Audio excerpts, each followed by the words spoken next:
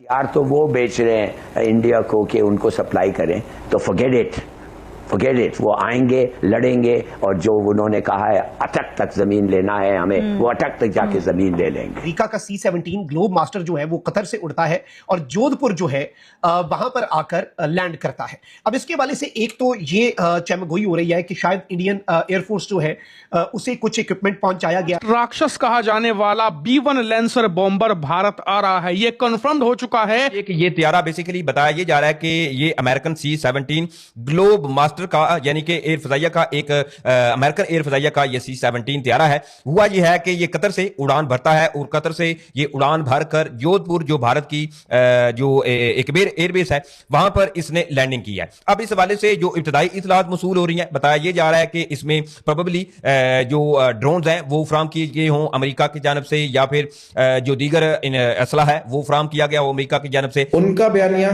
India से आता हुआ बयानिया और इवन मोसाद से आता हुआ बयानिया, ये मैं आपको एक मजे की बात बताता हूँ, वो सब का सब एक जैसा है। तो एक ईवल नेक्सस जो है वो आपको नजर आता है। उसकी वजह क्या है? So it is turning out to be a strategic blunder कि आपने ऐसे लोगों के ऊपर बैंक किया जिन्होंने आखिर में आपको बिट्रे किया। कहने का मतलब ये है कि एरो इंडिया के बाद एक बार फिर से यूएस के बॉम्बर्स भारत में दिखाई देंगे और इस बार वो एक मेजर एरियल एक्सरसाइज का हिस्सा भी बनेंगे। वो मुल्क है इसराइल की टेक्नोलॉजी और इसराइल के ड्रोन्स जो है वो भारत में इवन जो मई 2025 का टाकरा था उसमें पाकिस्तान के खिलाफ इस्तेमाल किए। पाकिस्तान ने अमेरिका के साथ कितने झूठ बोले हैं, लेकिन उसके बावजूद वो That's why nobody believes you. बावजूद तो मानते ही नहीं आपको।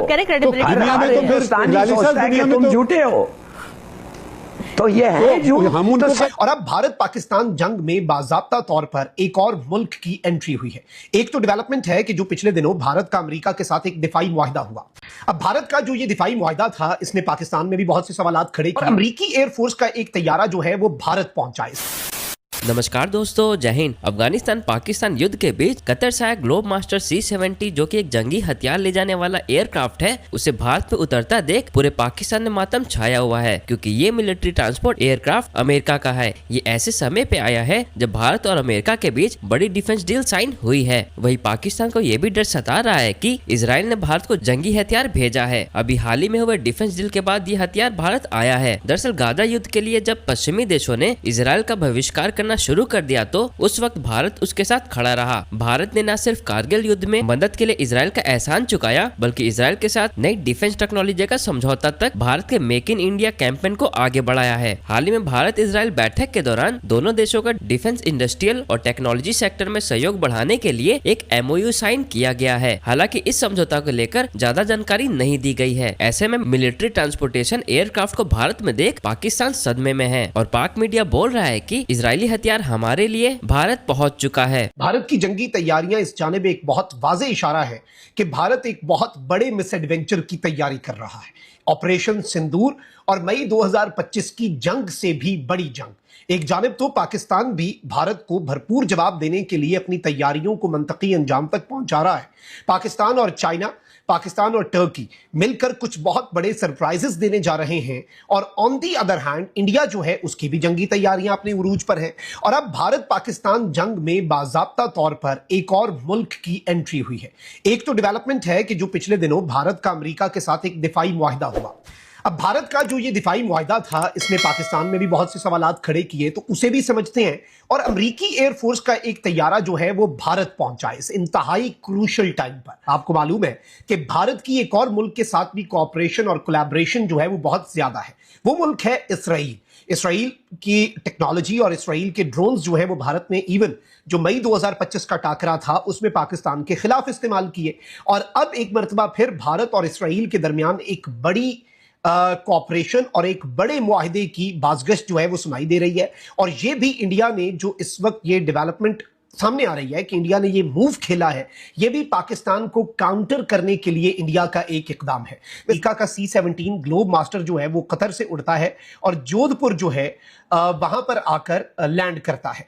अब इसके वाले से एक तो ये चमगोई हो रही है कि शायद इंडियन एयरफोर्स जो है उसे कुछ इक्विपमेंट पहुंचाया गया है, लेकिन दूसरी थ्योरी इसमें यह है कि अमेरिका का वो इत्तेहादी मुल्क जो कि सिर्फ एक ही मुल्क जिसने पिछली जंग में भारत का साथ दिया था, शायद उसका कोई कंसाइनमेंट है जो अमेरिकी तैयारा लेकर आया है। तो इस हवाले से भी कंसर्न्स जो है वो रेज हो रहे हैं।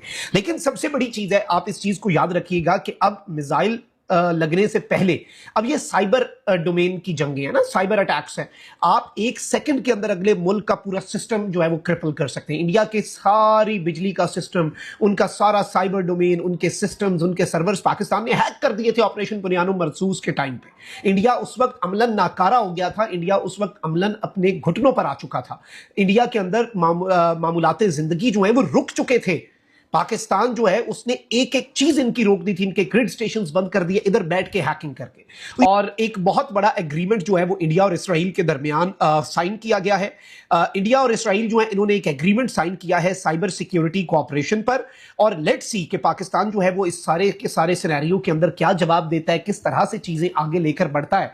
लेकिन ये पाकिस्तान के लिए एक आई ओपनर भी है और पाकिस्तान इस पर नजर रखे हुए भी है, क्योंकि ये वो डेवलपमेंट है। पिछली जंग के अंदर there was not even a single country which stood by India other than Israel. अब एक तरफ ये फौजी साजो सामान अपना इकट्ठा कर रहे हैं, डिफेंस डील्स कर रहे हैं, फिर उसके साथ ही साथ इनका जंगी जुनून, इनके नोटम्स, पाकिस्तान के एक्सक्लूसिव इकोनॉमिक जोन तक इनके नोटम का आ जाना, इनके आर्मी चीफ का अपनी स्ट्राइक कोर का दौरा करके पाकिस्तान के खिलाफ कामिकाजी ड्रोन्स और स्वाम ड्रोन्स जो है उनका जायजा लेकर कहना कि ये हम इस्तेमाल करेंगे, फिर अपनी एयर स्पेस को महफूज बनाने के लिए एंटी ड्रोन गन्स को डिप्लॉय करना। ये सारी तैयारियां एक बहुत क्लियर और वाजे हमें ये इंडिकेटर देती हैं कि जी भारत एक बड़ी लार्ज स्केल और एक लॉन्ग टर्म जंग की तैयारी कर रहा है। मकबूजा वादी में बंकर्स बना के बैठा हुआ है। इस सब के अंदर इंडिया को डर अगर है तो वो इस चीज का है कि पाकिस्तान और चाइना मिलकर कोई बहुत बड़ा सरप्राइज ना दे दे।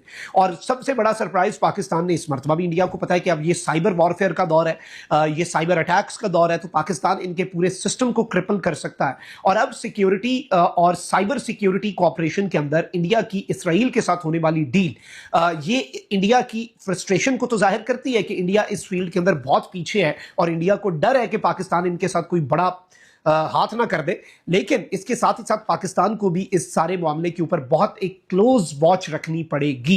एक ये त्यारा बेसिकली बताया ये जा रहा है कि ये अमेरिकन C-17 ग्लोब मास्टर का यानी कि एयर फजाइया का एक अमेरिकन एयर फजाइया का ये C-17 त्यारा है। हुआ ये है कि ये कतर से उड़ान भरता है और कतर से ये उड़ान भरकर जोधपुर जो भारत की जो एक एयरबेस है वहां पर इसने लैंडिंग की है। अब इस हवाले से जो इब्तदाई इतलात मसूल हो रही है, बताया ये जा रहा है कि इसमें प्रोबेबली जो ड्रोन्स हैं वो फराम किए गए हों अमेरिका की जानब से, या फिर जो दीगर असला है वो फराम किया गया हो अमेरिका की जानब से। क्योंकि अभी हालिया पिछले दिनों ही अमेरिका और भारत का एक 10 साला जो ऑलरेडी एक ये बेसिकली ये मुआहदा था, लेकिन इसमें तखीर की वजह से ये मुआहदा जो है वो तखीर का शिकार था, लेकिन बाद में ये मुआहदा जो है वो फिर से दोनों ममालिक के दरमियान तय पाया। तो अब ये गैर मुसद्दका इतलात जो है वो सामने आ रही हैं कि ये जो अमरीकी C-17 एक प्लेन उतरा है, इसमें प्रोबेबली ये जाहिर किया जा रहा है, खदशात जाहिर किए जा रहे हैं कि इसमें कोई ड्रोन या दीगर जो असला वगैरह है